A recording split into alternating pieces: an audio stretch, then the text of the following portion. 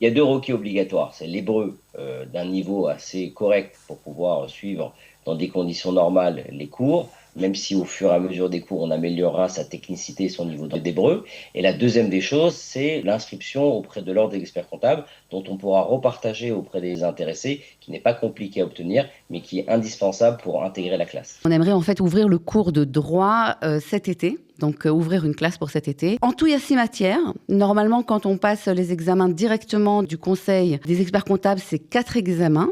Là, avec la formation, disons, c'est 6 examens.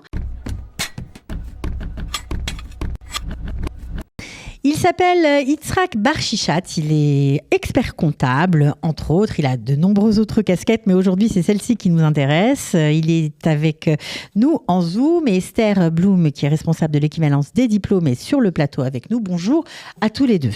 Bonjour. Donc vous l'aurez compris, nous allons parler des experts comptables et surtout d'une nouveauté dont nous vous avions parlé il y a quelques semaines. Alors on va juste rappeler, Esther, en quoi consiste cette nouvelle façon de procéder pour les experts comptables qui veulent venir s'installer en Israël. Le nouvel programme est proposé par l'Université ouverte en Israël et il y a donc une possibilité de se préparer aux différents examens avant de faire son alia. En fait, de valider tous les examens avant d'arriver en Israël. Et donc, au fur et à mesure, de construire en fait son permis, d'accord, pour y arriver quand on décide de faire son alia. Alors, Yitzhak Bar-Shichat, je sais que vous avez énormément œuvré pour que ce soit possible. Quel est l'avantage de ce programme, Yitzhak ? Déjà, on va espérer que ce programme aboutisse et on a besoin que chacun qui nous entende aujourd'hui, DSCG ou DEC, c'est-à-dire les experts comptables, puissent s'engager vers la voie de l'équivalence israélienne. Pourquoi ? Parce que l'université demande un certain nombre d'inscrits, c'est ça, avant de commencer le programme ? Plusieurs raisons. La première, elle est évidente, c'est qu'effectivement, pour que nos partenaires, à savoir l'université Aptoura, puissent nous ouvrir une classe dédiée aux Français dans des conditions idéales, optimales, à distance, l'examen à Paris, il faut qu'il y ait un minimum de 20-25 inscrits, voire 30 inscrits, pour pouvoir s'assurer que cette première promotion ait les conditions nécessaires réunies pour réussir. Mais la deuxième des choses, c'est aussi vis-à-vis de l'ordre des experts comptables israéliens, vis-à-vis du marché de l'emploi dans cette filière en Israël, pour qu'on ait une certaine crédibilité, ce qui parfois manque cruellement aux Français, puissent nous prendre au sérieux et enfin comprendre que l'équivalence est à portée de main. Pour ceux qui ne parlent pas l'hébreu, est-ce qu'on peut commencer peut-être un Ulpan en France et s'inscrire, ou alors il faut vraiment un niveau d'hébreu minimum ? On en avait parlé, mais c'est bien de le rappeler. Il faut un bon niveau. Il s'agit de cours qui sont suivis en fait à l'université israélienne. Donc, il faut un bon niveau. C'est des sujets de fiscalité, de droit.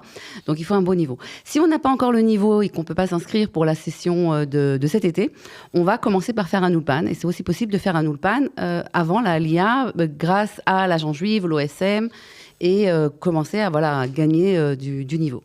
Est-ce que c'est une solution que vous attendiez depuis longtemps, Yitzhak ? Alors, déjà, pour revenir sur l'hébreu, disons que qui que ce soit et qui a un projet un jour de partir en Israël doit absolument démarrer dès le plus jeune âge pour leurs enfants éventuellement d'apprentissage de l'hébreu. Et effectivement, comme l'a dit Esther, on a plusieurs solutions, soit pour ceux qui ont déjà le niveau requis via un examen à passer, pour déterminer le niveau, soit ceux qui ne l'ont pas encore, de pouvoir très vite avoir le niveau nécessaire pour suivre les cours. Et pour répondre à la question qui m'a été posée, oui, c'est quelque chose que nous attendions depuis très longtemps, à savoir un chemin assez clair qui nous permettrait à nous, les confrères et consoeurs experts comptables français, de pouvoir anticiper notre arrivée en Israël, de pouvoir préparer les examens, tout en continuant une activité professionnelle à Paris, ou en France ou ailleurs. Et ça, c'est quelque chose de nouveau. Et aujourd'hui, on a pas mal de partenaires qui s'associent à cette belle initiative pour nous faciliter ces démarches. Donc, encore une fois, raison de plus pour saisir cette belle opportunité. Vous avez organisé tous les deux un webinaire justement pour informer les experts comptables de cette possibilité de valider les matières de France sans arrêter son activité professionnelle pour préparer l'ALIA comme il se doit. Ça a été un grand succès, j'ai l'impression. Alors, c'est en coopération aussi avec l'agent juive. Mais bien sûr, il faut toujours les nommer, bien évidemment. Et oui, on a eu un grand succès. On a eu plus de 60 participants et 100 personnes qui se sont inscrites, toujours après Il y a toujours des gens qui ne peuvent pas venir. Après se connecter au moment opportun. Donc oui, on a eu plus de 60 personnes, c'est énorme. C'est énorme pour un webinaire qui est en pleine journée. Donc c'est vraiment une profession qui cherche des solutions justement concernant les équivalences de diplômes et qui était intéressée de savoir justement comment on fait et qu'est-ce qui est proposé. Itzrak, est-ce que c'est vous qui gérez les inscriptions ? Alors, j'aurais bien aimé aider plus que je ne le fais déjà, mais mon calendrier est limité. Ce qu'on fait, c'est qu'on a l'agent juif qui gère la partie niveau d'hébreu et orientation du niveau d'hébreu. On a donné les instructions auprès des confrères et consoeurs intéressés. On pourra les redonner s'il le faut pour s'inscrire auprès de l'ordre des experts comptables et obtenir un numéro SUPRA, qui est un numéro de candidat obligatoire à obtenir au préalable. Et ce qu'on fait, c'est que nous, on a réuni tous les intéressés à ce programme au sein d'un groupe pour pouvoir après les donner à l'université, à l'administration de l'université Aptoura pour gérer les inscriptions individuelles. Mais à ce stade, on est encore dans la collecte de candidatures sérieuses qui ont passé l'examen d'hébreu et qui se sont inscrits auprès de l'ordre des experts comptables en Israël pour constituer cette classe qui sera nécessaire et indispensable au bon démarrage du programme. Alors, celui qui est simplement encore dans une idée de faire son alia et qui cherche des solutions, mais qui n'est pas encore inscrit à l'ordre des experts comptables israéliens, ne pourra pas participer à ce programme. C'est compliqué de s'inscrire. Ça nécessite beaucoup de temps, de paperasse ou pas ? Ça nécessite de la paperasse, mais ça ne nécessite pas vraiment beaucoup de temps. D'accord, ok. Donc, c'est possible. Il y a deux requis obligatoires. C'est l'hébreu d'un niveau assez correct pour pouvoir suivre dans des conditions normales les cours, même si au fur et à mesure des cours, on améliorera sa technicité et son niveau d'hébreu.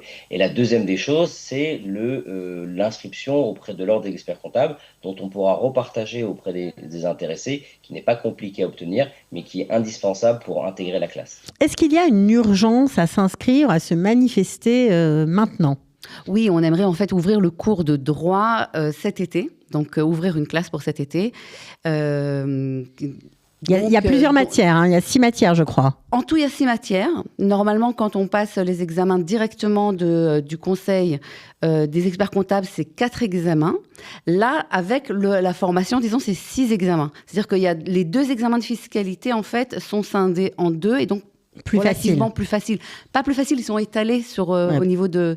La charge de travail est plus gérable. Voilà, c'est ça. Okay. La grande problématique qu'on a rencontrée, c'est que les 4 examens sont connus depuis longtemps. Mais seul, avec un niveau d'hébreu approximatif, ne connaissant pas la société israélienne suffisamment, ne connaissant pas les subtilités du droit ou de la fiscalité propre à Israël, ça marche pas. C'est pratiquement une mission impossible. C'est pour ça que non seulement il faut se faire accompagner, et que aussi le contenu de 4 examens est trop intense, donc il a été dilué au sein de 6 examens. Et ces examens sont beaucoup plus abordables parce qu'on est accompagné par des professionnels durant les cours avec des exercices. Et l'examen devrait normalement être une formalité pour le professionnel qui a de l'expérience et qui a compris la majorité du cours. Ce qui devrait être encore une fois une formalité. Mais ça permet aussi de pouvoir suivre ce programme en 1 an et demi, 2 ans, tout en cumulant une activité professionnelle, ne pas occulter énormément de temps, même si c'est nécessaire pour la réussite de cet examen, tout en se privant du développement d'activités professionnelles qu'on peut avoir quand on est salarié ou entrepreneur ou dirigeant d'entreprise. Bon. Et c'est là toute la particularité de ce programme. Et puis, il faut préciser que comme dans toutes les facs en Israël, les cours sont enregistrés. Il y a des supports de programmes, donc vous pouvez y revenir autant de fois que vous voulez. Donc ça, c'est extraordinaire. La plateforme, elle est vraiment exceptionnelle. Donc, il y a tous les cours qui sont enregistrés, il y a tous les annales, tout est accessible. Voilà, donc même si vous êtes débordé, vous avez plein de clients, vous faites vos bilans jusqu'à minuit, si le lendemain, vous êtes un peu off, vous pouvez étudier et c'est vraiment à votre rythme, comme vous en avez envie, y revenir, c'est vraiment génial. Donc franchement, il ne faut pas rater l'occasion. Qu'est-ce qu'on fait alors pour avancer ? D'où l'intérêt d'avoir un groupe, parce que c'est aussi ça l'intérêt du groupe, de pouvoir s'entraider face à une difficulté nouvelle pour nous, face à un nouveau chapitre de notre vie. Et c'est pour ça qu'on veut atteindre absolument ce petit noyau nécessaire pour rendre crédible notre initiative, mais aussi pouvoir se donner les... Donc, qu'est-ce qu'il faut faire ? Nous contacter aussi bien Esther ou moi-même. Mon adresse mail, moi, je peux le redonner, c'est isaac@monsocpa.com, monceaucpa.com. On repartagera ce qui a été dit, à savoir l'examen d'hébreu ainsi que les critères nécessaires pour s'inscrire à l'ordre. Et une fois que ça est validé et passé, la personne pourra nous intégrer la classe qui, on l'espère, démarrera très, très vite. Et je rappelle que les inscriptions ont lieu dans les tout prochains jours. Donc on aimerait bien, courant mai, voire au plus tard fin mai, que la plupart des intéressés profitent de ce premier chemin pour se manifester et nous aider à ce que ce cours ait lieu. Eh bien, écoutez, bravo en tout cas. Juste une dernière précision. Esther, est-ce qu'il faut s'inscrire ou ouvrir un dossier à l'agence juive avant de participer à ce cours ou ce n'est pas nécessaire? C'est préférable puisque voilà, ça montre le sérieux, disons, du candidat, mais c'est pas obligatoire. Donc, on peut tout à fait commencer à faire cette formation à côté, bien entendu. Maintenant, faut pas oublier que pour justement monter les dossiers, l'agent juive est là si vous êtes avant l'Aliyah pour vous aider à monter les dossiers face au Conseil des experts comptables en Israël. Et dans ces cas-là, je crois qu'ils demandent, d'ouvrir un dossier. Ouais, donc il vaut peut-être mieux. Et puis après tout, si vous faites l'Aliyah dans 2 ou 3 ans, c'est pas très grave. On ne vous en tiendra pas rigueur. Merci en tout cas tous les deux. Je mettrai bien évidemment vos coordonnées pour que les candidats potentiels puissent s'inscrire et participer à ce super programme pilote. Voilà, c'est la première fois que ça a lieu. C'est un peu une révolution, il faut bien le dire. Donc j'espère franchement que vous serez très, très nombreux et que vous viendrez nous rejoindre vite fait. Rapidement, en tout cas. À bientôt. À bientôt.